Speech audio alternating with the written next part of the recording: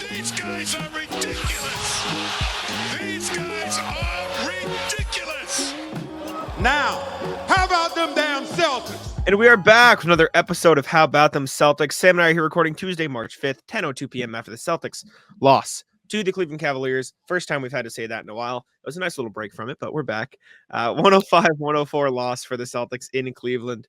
There's something about these Cleveland games, man.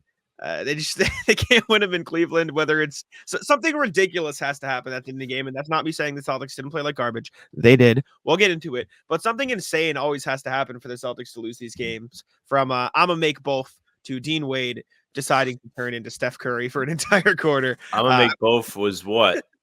Was it a year ago today? Close. I'll look up exactly when it was. But Pull it Celtics up. lose to the Cavaliers in this one. I'm less Brutal. mad now. I'm good. I'm glad I caught you off guard with that. I forgot about that. Yeah. All right. So the Celtics have humiliated themselves.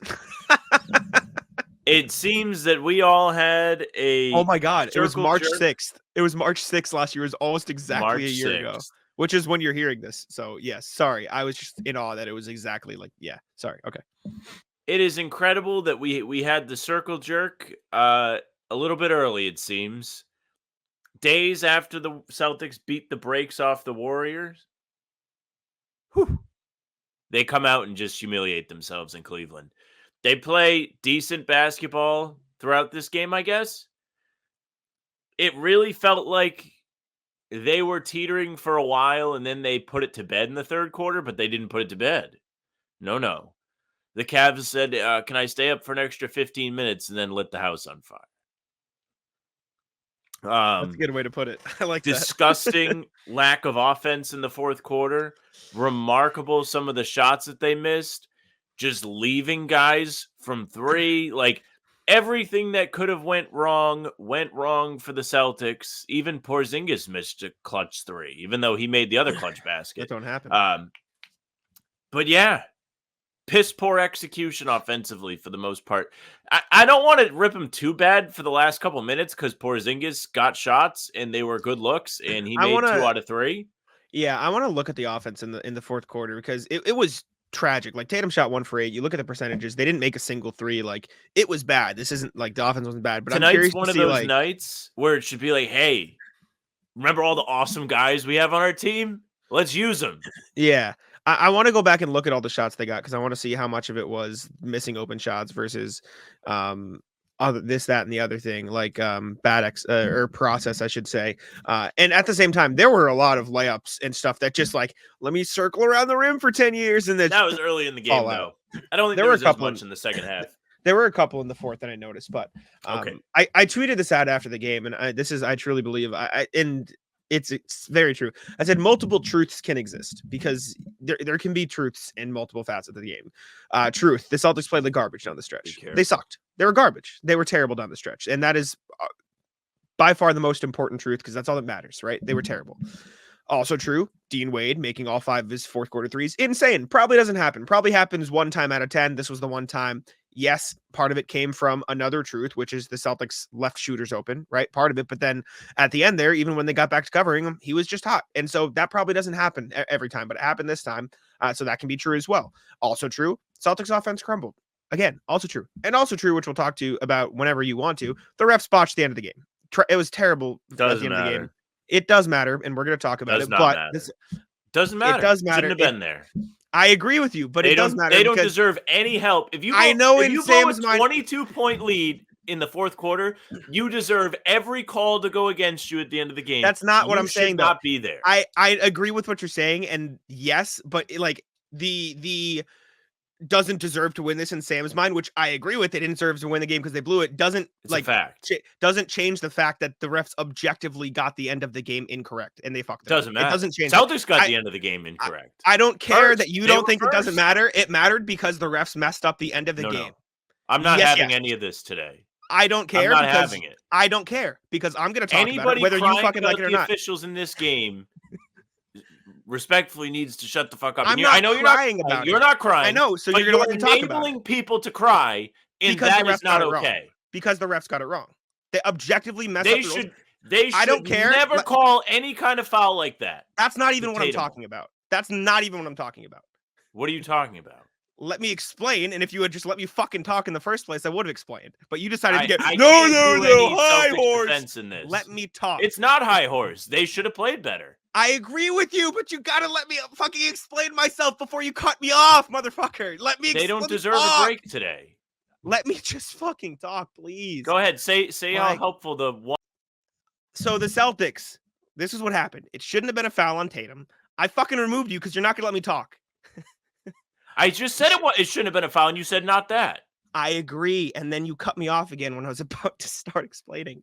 Go ahead. Say how they got fucked. All right, Sam and I got too mad at each other to talk about the refs, so I just came in to finish my thoughts here, which I told him we were doing, and we are not mad. It's just we get very angry, which is fine. It makes for a good show, but it boils over. Regardless, the thing about the refs, no, it shouldn't have been a foul call on Jayson Tatum. After looking at the footage afterwards, it doesn't look like Kristaps Porzingis would have had time to get the tip in because the ref stopped the clock when they called the foul. So I think that's pretty irrelevant too. I don't think Kristaps would have had a chance to tip it in had they not called the foul on Tatum in the first place. So I understand why people might be mad at that, but I don't think it would have happened. Yes, the ref should have put more time on the clock when they went to the jump ball afterwards. It's ridiculous that they left only 0.7 seconds on the clock because they reviewed it and the foul occurred way before 0.7 seconds. So they should have put time on. Yes, whatever. The real thing that I was upset at that Sam and I talked about after we were done recording because we got so mad is basically the rule in the NBA is that the clock after a jump ball shouldn't start until the team gets possession. So the clock shouldn't have started until Derek White grabbed the ball. And the clock started as soon as Porzingis tipped it. And so when the Celtics went to call timeout, Zach Zarba said there's no time on the clock, but that's because the clock guy messed it up. And so if the Celtics wanted to go through the whole protest process, they could probably get like 0.5 second clock and a chance to win it. Or one possession, I should say, with 0.5 seconds left, down by a point. But as Sam and I talked about after we were done recording, that's just not worth it. It's having to fly to Cleveland to pay 0.5 seconds of a game that won't matter in a couple months is whatever. So that's all I wanted to talk about. Just like it's a thing, and the refs literally messed up the rules, as did the person doing the clock. But in the end, it doesn't matter, and especially doesn't matter because the Celtics blew the lead, which Sam and I will continue to talk about after being not angry anymore. So yeah, the offense was tragic. Like I went into like about to look at the box score after the game, and I was like, oh, it feels like they should have given the ball to Tatum. Then I looked and he took 8 shots, and I'm like, maybe they should have given the ball to Brown. Like it was baffling how inept the Celtics were on the offensive end in this one. And to be clear, before we even talk about the rest, like, will this matter in like 2 months? Probably not. No. It's frustrating to see them crumble in a way that we know that like radio people will like that section will like pick apart. So that's why I'm more frustrated about it, because people are going to take this game and completely ignore like how great the Celtics have been for the rest of the year, which I get it, because this is a game you want because it gives you a chance to what's it called? Perform in a clutch situation, and they didn't. But I think that's what frustrates me most about this one is that they were like unable to shut those people up, because those people are going to disregard the other success they have. But the Celtics offense and defense, we talked about, was horrendous. Yeah, they really just couldn't get any kind of thing to go their way down the stretch. I mean, Porzingis was the only guy that put the ball in the basket. He had a great pass to Holiday and a cut too. But none of the other guys took advantage of having other good players on the team. And for the most part, we've seen them get past that this year. This was a weird, hey, we're panicking situation where they just didn't do a good job at it. And it was terrible to watch. They just had no answer. They saw all the threes go in for the Cavs, and they had nothing. Absolutely nothing. And the Cavs were like, they eventually made the tough ones. Like we talked about, like Dean Wade made some contested ones. George Niang made a couple contested ones. But this all started because I remember the first play and noticed it. Dean Wade made a 3, and it was Drew Holiday, I think, who just like got caught ball watching. And that's what happened. Like he got caught ball watching. Kristaps Porzingis got caught ball watching. And then Dean Wade would just like move off the ball, get an open 3. And then it was an avalanche. And then there was nothing the Celtics could do to stop it. And they like, I don't want to say they threw up on themselves, but that's kind of what it felt. No, they did. They did for the most of like, this one. They they were the absolute worst. Like, when you go up 22 points in the fourth quarter, all you have to do from that point is not be the absolute worst, and they were the absolute worst. Yeah. Man, this it's a frustrating one. I also heard on the broadcast, like, just for the people who were going to scream at Joe Mazzulla, he was trying to call timeouts. Yes. Oh, I didn't realize they were frozen. Yeah. This You're is a back. good point. Go ahead.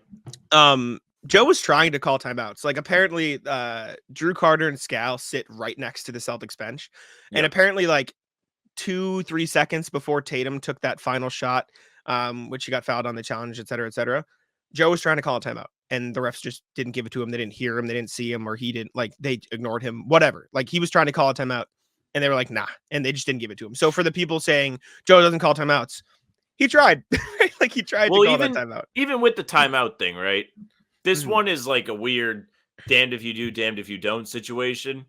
Mhm. I'm always going to kind of stand by that. I don't really care if he doesn't call timeout at the end of the game. I kind of like letting them play through it.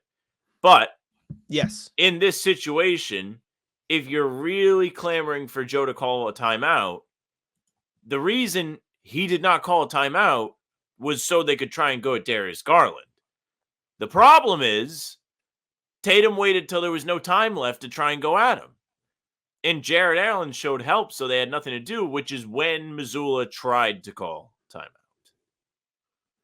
Yeah, he was trying. Maybe you say, oh, he should have called this then, maybe earlier. But I think, like you said, at this point in the season, in the game where, again, 3 weeks from now, we're not, like, it doesn't matter. Eventually, like, this isn't going to matter in the playoffs. The most this game is going to be is if the Celtics draw Cleveland eventually, people are going to look and say, well, can they do it? Because they crumbled against this, which is like, sure. I guess they didn't even have Mitchell. Can they do whatever? Right? Maybe that's when it matters. Mobley got hurt. Yeah.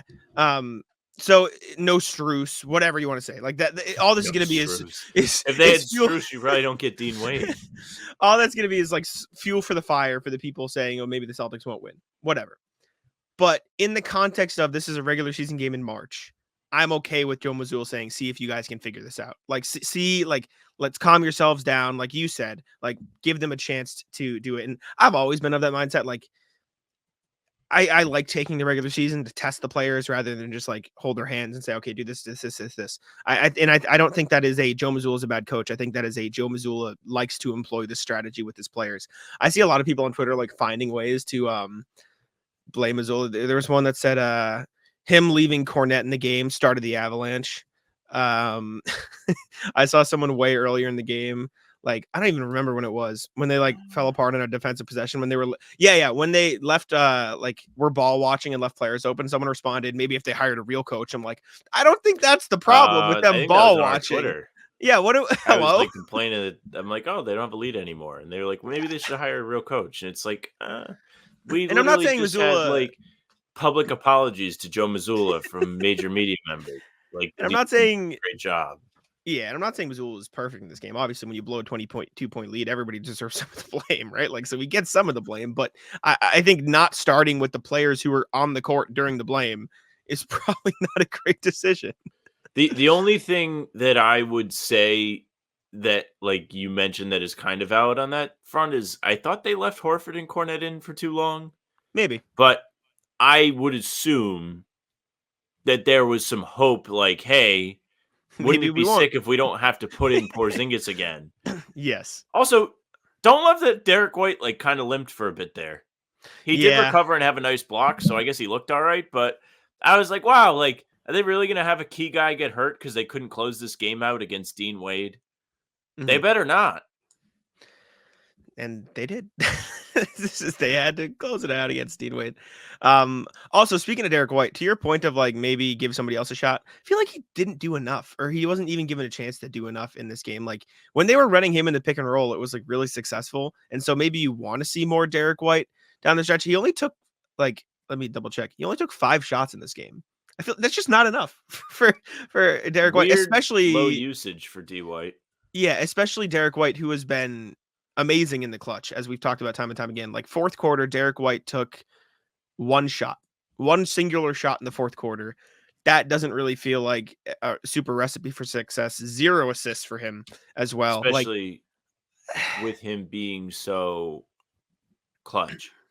him being so good, Tatum struggling like he did. Jaylen Brown took 0 shots in the fourth, by the way. Like, it just felt like maybe it says 0 on the box score. Like this is a game. I mean, I haven't even looked at the quotes, but I can just picture them. Joe Mazzulla saying, well, we like this. We can learn from this. And I guess if you want to take a small bright spot from it, you got a lot to learn from this because it was dog shit. It is funny. Like, I saw people on Twitter, like, killing them and, like, saying, like, oh, it's like the same old thing. And I don't really feel that way. Usually that is how I feel. But, like, they also did just win 11 games in a row. Like, only team that can have an 11-game win streak and then just get, like, oh, nope, they're fake from national figures. Mm-hmm. Hate it. Yes. Also, for what it's worth, Joe Mazzulla, like the quotes are starting to come out. He said he called a timeout with 4.6 seconds left, but the refs didn't see it. So for those right as on Tatum the timeouts. said, finally time for me to try and do something. The Cavs were playing, to credit them, they were playing super, super physical. And I guess if you want to make that a theme, even though the theme hasn't been a thing for like a couple months, like the Celtics have struggled against those physical teams, like the Magic early in the season, the Timberwolves early in the season. This was another game where the players were playing super physical. You can get mad at the refs not calling some of the fouls. Maybe you think they were fouls, whatever. But the point is they called it pretty physical on both sides. And it is what it is. My favorite was still when George Niang was like just beating the shit out of Porzingis, and Porzingis just flicked it over his face. I think that was a good example. Just like strong body on that though, because I had the same thought, and then I was like, I clipped like, it. Let me pull it up. All right, pull it up, because like I was like, oh, were his hands back? Like, I don't know. It was definitely a physical exchange. Make no mistake, but I was like, it wasn't. Football season may be over, but the action on the floor is heating up. Whether it's a tournament season or the fight for a playoff home court, there's no shortage of high-stakes basketball moments this time of year. Get in on the excitement with Prize Picks, America's #1 fantasy sports app, where you can turn your hoops knowledge into serious cash. Testing my skills on Prize Picks this season is the most exciting way to play daily fantasy sports. If you have the skills, you can turn $10 into $1,000 with just a few taps. Prize Picks is really simple to play, and I can make my picks and submit my entry in less than 60 seconds. Download the app today and use code CLNS for a first deposit match up to $100. Use the code CLNS for the first deposit match up to $100. Pick more, pick less. It's that easy. It wasn't enough for me to like be like, this was definitely a foul, but I probably think it should have been called with his hands on the body like that. Like, you can't really have your hands in there like that. Like, you can't really have. He had like the one arm extended, but on the shot, it was like Porzingis creating space. He was definitely being physical. And if they called a foul, I don't think anyone would be like, oh my God, how is that a foul? Yeah, but this isn't me saying it definitely should have been a thing, but respect to Niang. look at Donovan Mitchell going from like, yeah, good defense, to just putting his hands down when he goes in. Shit. Yeah, he says, damn. But yeah, like those are the ones you need in the clutch. And to credit, they were up 3 at this point. There were points where you were like, okay, finally they're pulling it away again. And then Dean Wade made another 3. And then, okay, maybe they'll make a bucket. And then Dean Wade hits another 3. And then Porzingis with the massive stop into a transition bucket. And then Dean Wade gets a putback dunk. It was just like the Celtics could not get out of their own way in this one. And this isn't like Celtics lost the game, Cavs didn't win. Cavs won. Credit the Cavs. They played hard. They fought their ass off, and they earned the win. But Celtics did their part in losing this one for sure. Terrible. It's frustrating. I was shocked to see the box score that Brown and didn't take any shots and White only took 5 in that fourth though. Like that was that's shocking to me because it feels like I thought Jaylen Brown got some looks there. Like you said, you thought he missed one too. Like I don't know. And also for what it's worth, I don't think. Obviously, the last one was a bad shot. Like, I'm not going to sit here and say Tatum got a good look, but I wasn't like watching Tatum. Never does. But like through the fourth quarter, I wasn't watching Tatum and saying like, damn, this guy isn't getting good looks. He was just like missing ones that I feel like he was making in the first half. Now, I agree with the point that I feel like you would like to make that after you miss a couple, maybe don't keep doing it. I agree, but I don't think he was like, again, I want to go, this is one of the games where I really want to go back and watch the clips, but I don't think, to me at least, he was like, wow, this guy's getting really bad looks. He's just taking. The clips are up though, so we can watch. Do you want to see Tatum's fourth quarter shots? Or do you not care? You want to just move on? You want to make fun of him? Well, my point is, I don't think he was necessarily taking bad shots, and maybe I'm wrong. Like, maybe I'm wrong, and maybe this is my green glasses Tatum, and maybe I'll get proved wrong. So Full screen it. Let's see. we can take a look here. Let's see, fourth quarter Tatum. Oh, I don't. All right, I'll use the overhead clock. That was fine. Okay, yeah. Oh, are you stuck in the Oh wait, I think I have this No, one. I can see everything. Okay, well then you're not gonna be able to see Yeah. the flight of the ball. Whatever works. Just because I want to see like how much time was left and stuff, because that factors into it. I can use the box on the. No. I can move you. I can move you. Ready? Bang, easy peasy. There you go. Okay. Move you to the side. All right. That was a fine shot though, unless you disagree. I mean, he stepped into this. He was making this early in the game. Fine shot. It's one he usually makes. Yeah, and he was making. I was really hoping we can come on here and talk about how much of a burner he was on early, but unfortunately not. I guess a little bit of a force, but yeah, maybe forced a little. He was. There was. Wait, I'll agree to the fact there was far too much Tatum foul begging in this one. Yeah. Maybe a little forced. This is the one he comes back and gets the dunk. Yeah. Yeah. So. Or whatever layup. He was looking for contact way too much. And he didn't get fouled there either. Like, I know. Merrill on the one kept his hand, hand back. I agree, but like Jayson Tatum on Sam Merrill, I feel like you take that, right? But no, like I don't hate that. Let's see how it goes going forward. That was not the greatest after you missed 4 straight. Just keep forcing through him there. Like, it's Sam Merrill. Like, I trust you to go through him on that. That one was okay. I was kind of surprised he missed it, to be honest. We saw him make that in the Warriors game like 4 times. I remember that exact shot of him like curling. They missed a lot of layups tonight. Like Brown missed some ones that he was making lately too. As catch and shoot, that's okay. Yeah, and it was that one. I'm surprised didn't go in. To be honest with you, yeah, it was in then out. From this point on, I don't know if I needed to see Tatum shoot anymore though. That's usually a make, but wide open. Yeah, I'm okay with it. But I get you saying like probably chill out. Like, that was all he took. Go to somebody else. Wait, that was all he took? The last shot he took was with 2 minutes left. Maybe that's why I thought like maybe we should get Tatum the ball. But I mean, after that, maybe you don't get Tatum. Well, technically, the last shot of the game was a shot, but the weird foul, no foul, probably wiped it from the database. Yeah, I guess. I don't know. It's just such a whack game. This game sucked. This was so not fun. It was so fun fight throughout, and then the Celtics kept up the rock fight part, and Cleveland said that's enough. Pretty impressive. They only scored like 11 points in the last 9 minutes. I don't get it, man. Like, I don't get why it's a tough spot to get caught out because you don't want to put your starters back in, but there's a point where you got to put your starters back in. No, what I'm saying is I don't get why they don't just like. Why do they change their offensive game plan in the final 5 minutes of the game? Because they were panicking. I think that's why people are going to be the most upset. Though. Yeah, I'm saying in general. Like, why is this a consistent issue that we run into? Since the clips are up, we can while we talk, we can throw on the last 5 minutes of shots. I just don't get it. Like, that's a shot. That was a little bit rushed. To be honest, it was rushed, but he makes those. This is a Tatum one we saw already. Becomes like a read the room element to it, though, where you need to get better shots than a deep Porzingis 3. I agree, which is why I don't get why they don't go to more of like the pick and roll, the horn sets they run. Like, this was the ridiculous bucket that Porzingis made. I needed more Derek White and Jaylen Brown, mostly Derek White because he controls it. Like Derek White here, he took a shot. This was a horrible shot. This was really bad.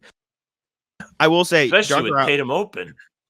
And Corrales tweeted about this. They missed Porzingis on a lot of these pick and rolls late in the game. Like, watch this. And I know Tatum ended up being open, but like, look at this. Yeah, it was Porzingis first. Yeah, you got to kick that. You got it like just behind the back or turn. Like, I saw Corrales tweet about it, and when he said it, it made me think about it. Like, they missed him a lot in those pick and pops situations. He's not the guy to miss. Like, this is This is the guy that makes all the clutch shots. That's fine. Catch That and was shoot, a rush shot. Oh, well, I guess there was 7 seconds left on the clock, but it's a catch and shoot too. Like at the he caught it time, and I he just thought it was goes a up. little bit rushed. I don't know. Those pick and pop catch and shoots I'm usually okay with because I mean they shoot like they're the third best 3-point shooting team in the league in percentage. So like this is a Tatum one we saw already. Again, that goes in how many times out of 10? This felt like a game where it was just like panic, like you said. Like they found him here, but then Allen read it too well. This was a great cut by pass. Holiday. Man, this was the perfect storm of shooters getting way too open because the Celtics fell asleep, and then offensive panicking. I didn't love that. That was too in the face. But like, I thought where it was going from in here? because I that did man's too. will miss. I did too, but like, I don't know. I'd like him to catch this. Derek White to come up and get it. But 10 seconds left. There's I felt like time. they just waited too long to get into some of their things. But then you got to play. It's hard, man. NBA basketball's hard. This was sick. This was a, oh my God, I can't believe he's not hurt moment. And then he comes Yes. down and gets the N1, makes the free throw. Like, just a really great play by Porzingis. Sucks that they couldn't get the stop. Yeah, and that was it. And all of this stems from, I mean, I'll pull it up here. Like, also, like, look at these percentages in the fourth quarter. What the hell? This is there is Celtics offense is bad and the Cavs defense. There is Celtics offense is struggling and they're falling asleep on defense. And then when you pair that with the Celtics just can't find anything to go and the Cavs are unconscious, like I said, both things can be true. The Celtics can play bad defense and the Cavs can be absolutely like not missing. And that's exactly what happened in this game. Like, I think this is the play where somebody fell asleep. Luke Cornett's putting his hand in his mouth in this play. Celtics just fell asleep on too many threes, man. Like at this point, you still have the game in hand. This is the one, I think. Maybe not. Never mind. He's in his face again. I don't remember. I think it was a George Niang 3 at the top of the key where somebody fell asleep. But a lot of these were ridiculous. They caught fire, man. Watching these back, this is more than I thought of. Like, you know what I'm saying? More contested threes than I thought.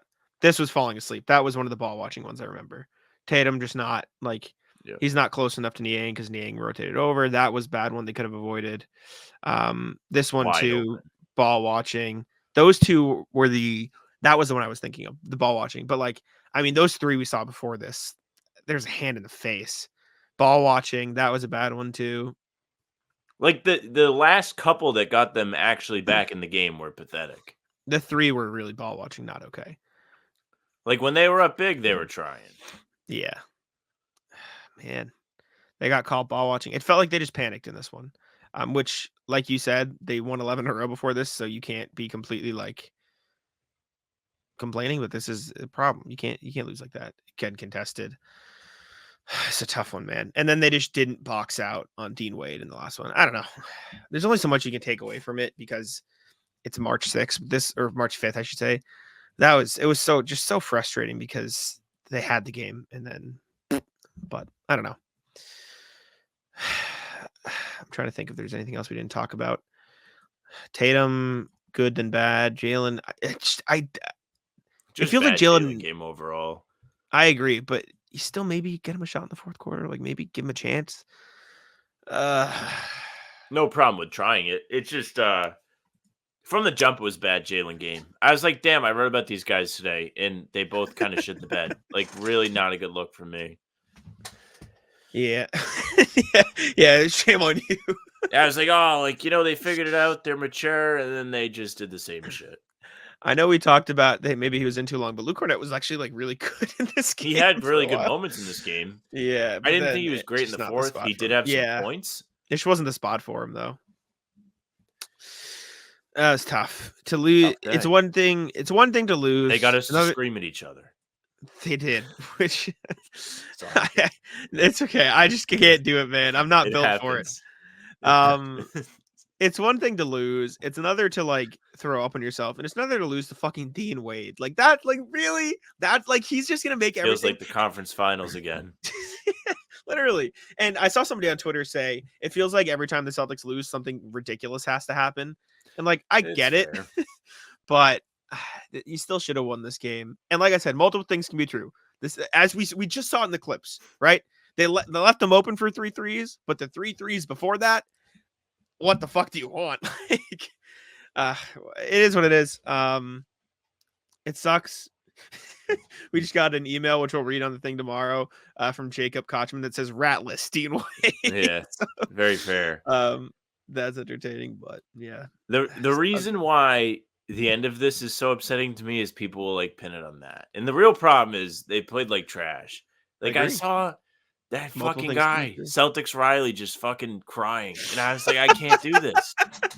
I can't Yeah, do it. I I know. had to be like, no, like, because when you have that many followers, you have a responsibility to not represent the fan base in a bad way. Like, the call on Tatum getting fouled was awful. Objectively awful. You should never call that. We talked about this in Indiana. I agree. It wasn't a foul. Then you muck up the end of the game. But it doesn't matter because you shouldn't have got to that point, Celtics. So as somebody with a lot of followers, don't plant that seed that they got fucked. Like, no, they fucked themselves. That's why I always try to contextualize things with like multiple things can be true. Like, yes, this can be bad, but like yes, one thing can be bad, but that doesn't mean the Celtics also didn't play bad. Like, don't go on Twitter and say the reason the Celtics lost this game was the refs. That's just not true. They couldn't make shots in the clutch, even when they got good ones. The offense turned into too much iso ball, and the defense fell asleep on a million threes. That's why they lost the game. But also true can be the fact that, refs messed things up at the end, or the Tatum shouldn't have been a call, and Porzingis would have made the tip. Like, multiple things can be true, but at the end of the day, like, the refs won't be a factor if the Celtics just continued to play the level of basketball they were playing for the first 3 quarters. That's a fact. Also, fun fact, Zach Zarba also in Indiana that day. In Indiana on the Jaylen Brown, like, yes. I didn't know that. Unless I got on Twitter, which I could have, but no, maybe I believe you. Around. I believe you. Yeah, I don't got anything else. You got anything else? If you guys watch this one, you truly do support our channel, and you got your money's worth. I'm ready. There's I'm ready. 5 people that watch this. Thank y'all for tuning in. We appreciate it. Make sure to leave a like, subscribe to How About Them Celtics. We are here, rain or shine, win or loss, angry or happy. We'll be here no matter what. Thank y'all for tuning in. I'll let Sam wrap it up. 11 for Talking C's. Thank you. You gotta do the outro, buddy. I was like, you're the outro. Okay. I was just like letting the Talking C's. Yeah. Okay. We'll be here at 11. Subscribe to the channel. Hit the notification bell so you don't miss any of our live streams or daily uploads. The pods are coming at you Tuesday, Thursday, Sunday. Game recaps the morning after games. Talking C's Monday, Wednesday, Friday live. For now on all 3 days, always live Monday, Friday. And then half hour before every single game, we're here. 9:30 on Thursday we will be here, so it's a late one. Come and hang out. Do that. You can also find us on Spotify and Apple. Follow us there for the full pods and game recaps, audio only to your inbox. Don't want to miss any of it. We're putting out the content. We had a ton of people in the pregame stream today, and a lot of people saying nice things, so you want to get in on the fun. Follow us on all platforms. You can do that at How About Them C's for Twitter, Instagram, and TikTok. Facebook is just the name of the pod. Like Jack mentioned, you can email us, hbtcpod@gmail.com. Give us your thoughts on this game. I'm sure everybody's got some, and we'll read them on the pod recording tomorrow. Our streams are on Facebook, they're on YouTube, and they're on Twitter. Jack's Twitter is at JackSmartNBA. Mine is at Sam LaFrance NBA. That's it for us. Bye. Tic-tac-toe.